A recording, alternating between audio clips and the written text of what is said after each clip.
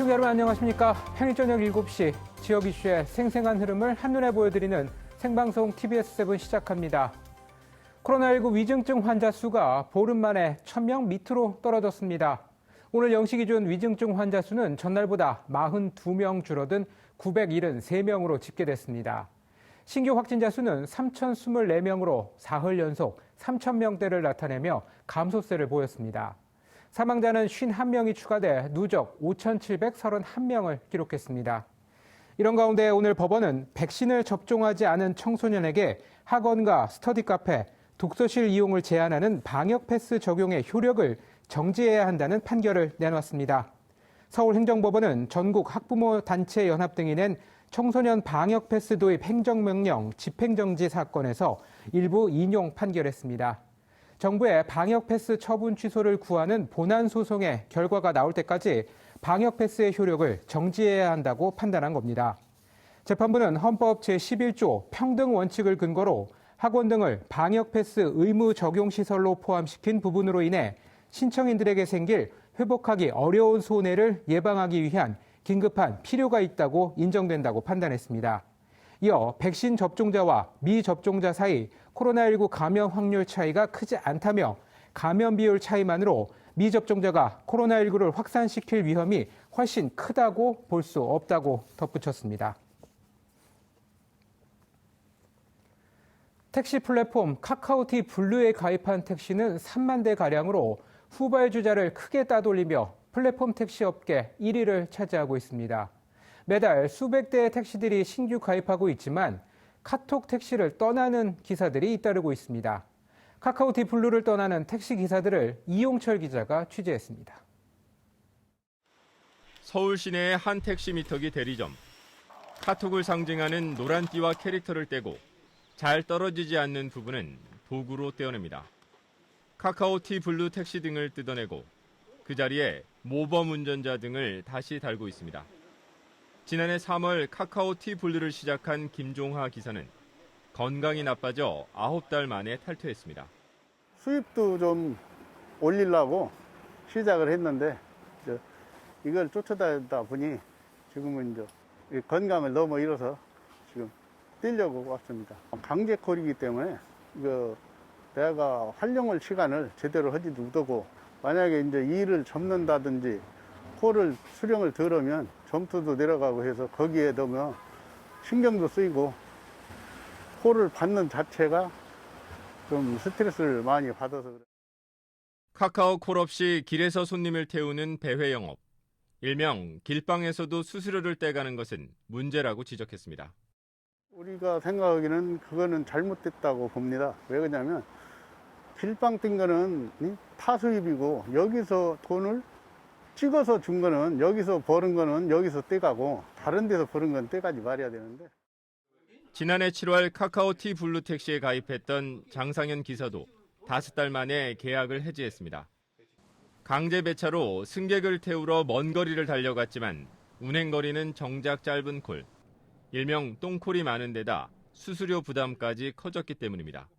찾아가는 게 오히려 더 시간이 많은 거예요. 찾아가는 거는 뭐 한 10분 정도 걸리면은 손님 내리는 거는 한 4, 5분? 이래 보면은 사람이 찾아가는 게 너무 힘들어요. 20%라는 돈을 가져갔다가 또 다시 돌려주고 거기 또 매입으로 잡혀보면은 우리 입장에서는 뻥이죠. 그게 이제 어떻게 보면 불합리한 거죠. TBS가 한 택시기사와 함께 관할 세무서를 찾아 지난해 매출액을 확인해봤습니다. 매출 명세에는 카카오티 블루 카드 결제 매출과 함께 매출의 15에서 20% 정도의 카카오 제휴 비용까지 잡혀 있었습니다. 택시 매출액과 다른 수입까지 합쳐 8천만 원이 넘으면 이중으로 세금을 내야 할 수도 있는 상황. 카카오티 블루에 가입한 지 1년 남짓 된 또 다른 기사는 매출 증가에 따른 세금이 부담돼 연말 운행을 줄일 수밖에 없었다고 하소연했습니다. 이미 내가 벌었던 돈인데 그것을 다시 또 수입으로 잡아버리니 이게 일을 불안해서 할 수가 없어요. 연말 되면은 12월 달 들어와서는 제가 일을 제대로 하지를 못해요. 지금 평소에 한 500을 월 500을 450에서 500을 했다면은 그 한 절반 정도를 줄여야 될 것 같아요. 지금. 카카오 모빌리티는 TBS와의 서면 인터뷰에서 카카오티 블루는 단순히 콜 중계 서비스가 아닌 관제 시스템을 비롯해 브랜드 사용과 기사 교육 프로그램 등 브랜드 인프라와 시스템을 제공한다고 밝혔습니다. 이에 따라 가맹 회원사들도 카카오티 블루 브랜드 하에서 배회 영업과 자동 배차 운행을 구별하지 않고 모든 운행 데이터와 영업활동 전반을 통합적으로 관리해 운영하고 있다고 덧붙였습니다. 이와 함께 제휴계약 비용 지급은 배회 영업을 포함한 영업활동 데이터를 택시기사들이 제공하는 대가를 청구하는 적법한 절차며 가맹사업이나 마케팅 제휴 계약 체결 시 매출 증가에 따른 간이과세자 지위상실에 대해 충분히 안내했다고 설명했습니다. 하지만 카카오의 공정거래 문제를 제기했던 국회의원은 상생기금 마련보다 택시기사들에 대한 카카오의 실질적인 부담 절감 노력이 필요하다고 지적했습니다. 수수료율 자체 때문에 다시 돌려주고 이중과세가 되기 때문에 그렇게 하지 말고 수수료를 떼고 다시 광고료나 정보 이용료를 주지 말고 아예 수수료율을 1%면 1% 이렇게 해서 단순하게 해줘야 택시기사들의 이중과세가 없어진다고 봅니다. 지난해 2월 시작된 카카오 모빌리티에 대한 공정거래위원회의 조사가 해를 넘기는 사이 택시기사들은 오늘도 카카오를 떠나고 있습니다. TBS 이용철입니다. 요즘은 동네에 도서관이 하나씩은 있습니다. 조용하고 엄숙한 곳, 정숙의 대명사인 도서관. 이런 고정관념 때문에 도서관을 이용하기 어려운 이들이 있습니다. 바로 발달장애인인데요. 이들을 위한 맞춤형 도서관이 속속 문을 열고 있습니다. 우리 동네 다시 보기 정진명 기자입니다.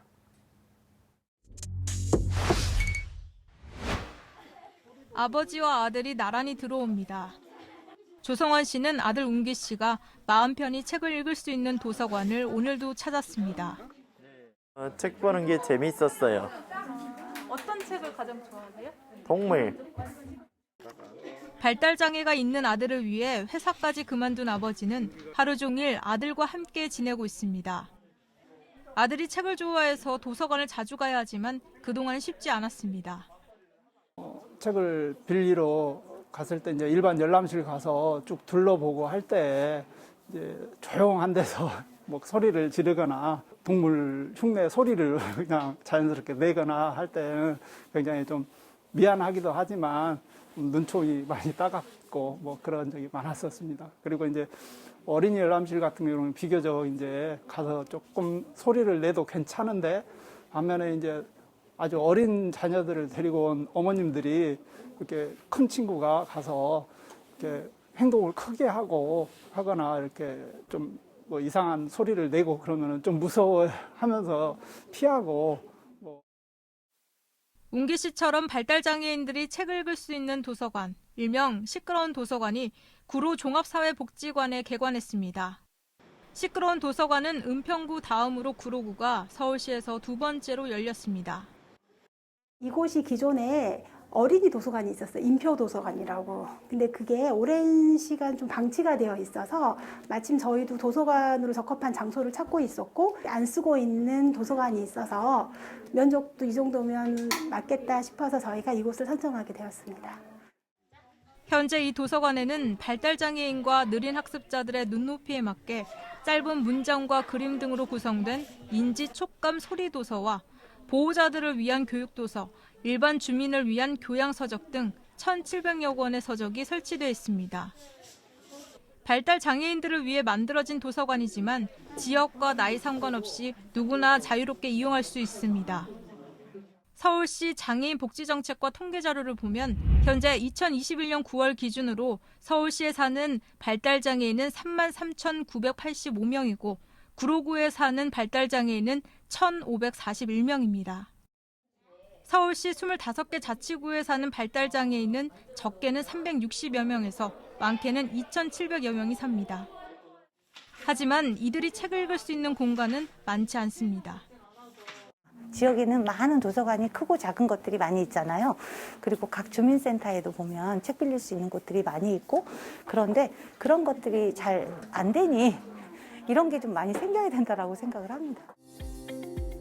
시민이라면 당연히 누려야 하는 사회권 중 하나인 교육을 받을 권리가 아직까지는 잘 지켜지지 않는 게 현 상황. 한 아이를 키우려면 온 마을이 필요하다라는 말처럼 2022년 새해에는 장애인들이 책을 읽을 수 있는 공간이 늘어나길 희망해 봅니다. TBS 정진명입니다.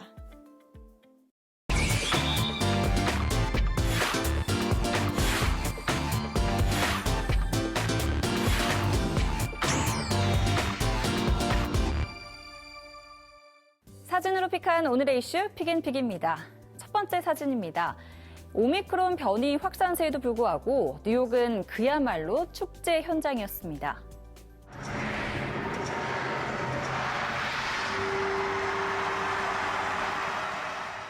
(2022년) 새해를 알리는 카운트다운이 끝나자 공중에서 터지는 화려한 불꽃, 형형색색의 색종이들도 흩뿌려지는데요.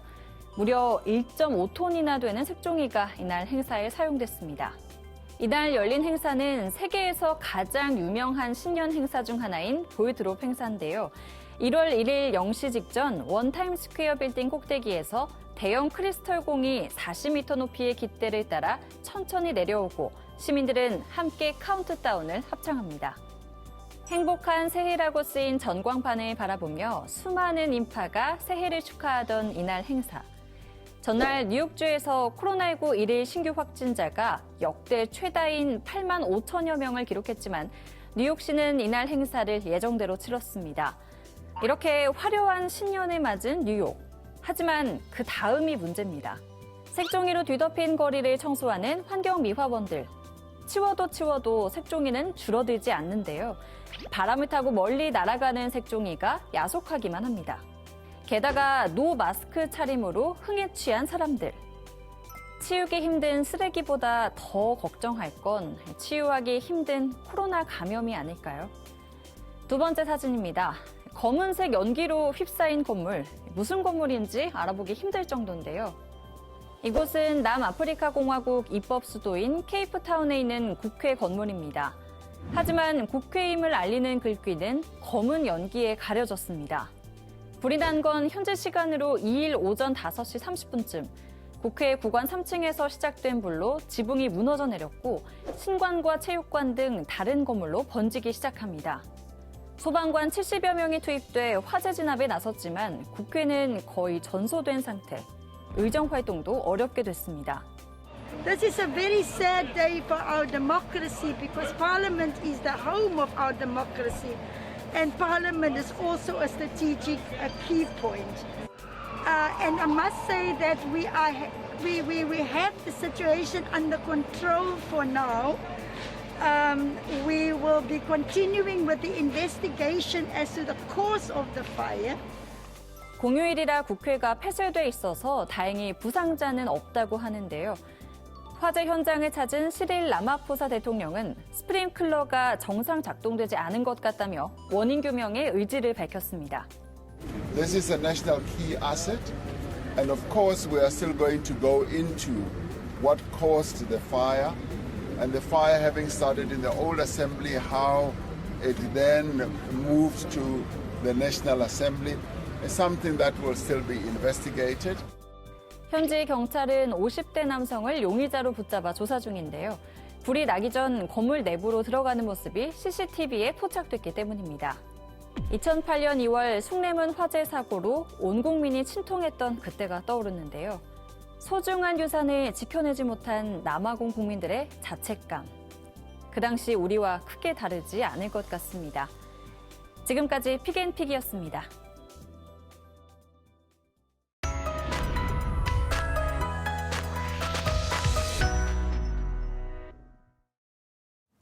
서울과 경기 남부 일부에 건조주의보가 내려진 가운데 연일 건조한 날씨가 계속되고 있습니다. 바람까지 강하게 부는 곳이 있어 화재에 각별히 주의하시기 바랍니다. 내일 아침은 오늘보다 2에서 6도가량 낮아 춥겠습니다. 경기 북부와 동부는 영하 10도 이하로 떨어지는 곳이 있겠습니다. 내일 서울의 아침 최저기온은 영하 7도, 낮 최고기온은 3도로 예상됩니다. 새해 벽두부터 상장사 역대 최대 규모의 횡령 사건이 터지면서 2만 명에 달하는 개미 투자자들이 날벼락을 맞았습니다. 직원 한 명이 빼돌린 회사 돈은 무려 1,880억 원. 당장 해당 기업의 주식 거래가 정지됐고 그 피해는 고스란히 투자자들에게 돌아가고 있는데요. 시가총액 2조 원에 달하는 기업에서 어떻게 이런 일이 일어나는지 간 큰 직원의 단순 일탈로만 치부할 수는 없어 보입니다. 개장 첫날부터 우리 자본시장의 선진화를 외쳤지만 아직 갈 길은 멀기만 한 것 같습니다. 생방송 TBS7 마칩니다. 함께해 주신 여러분 고맙습니다.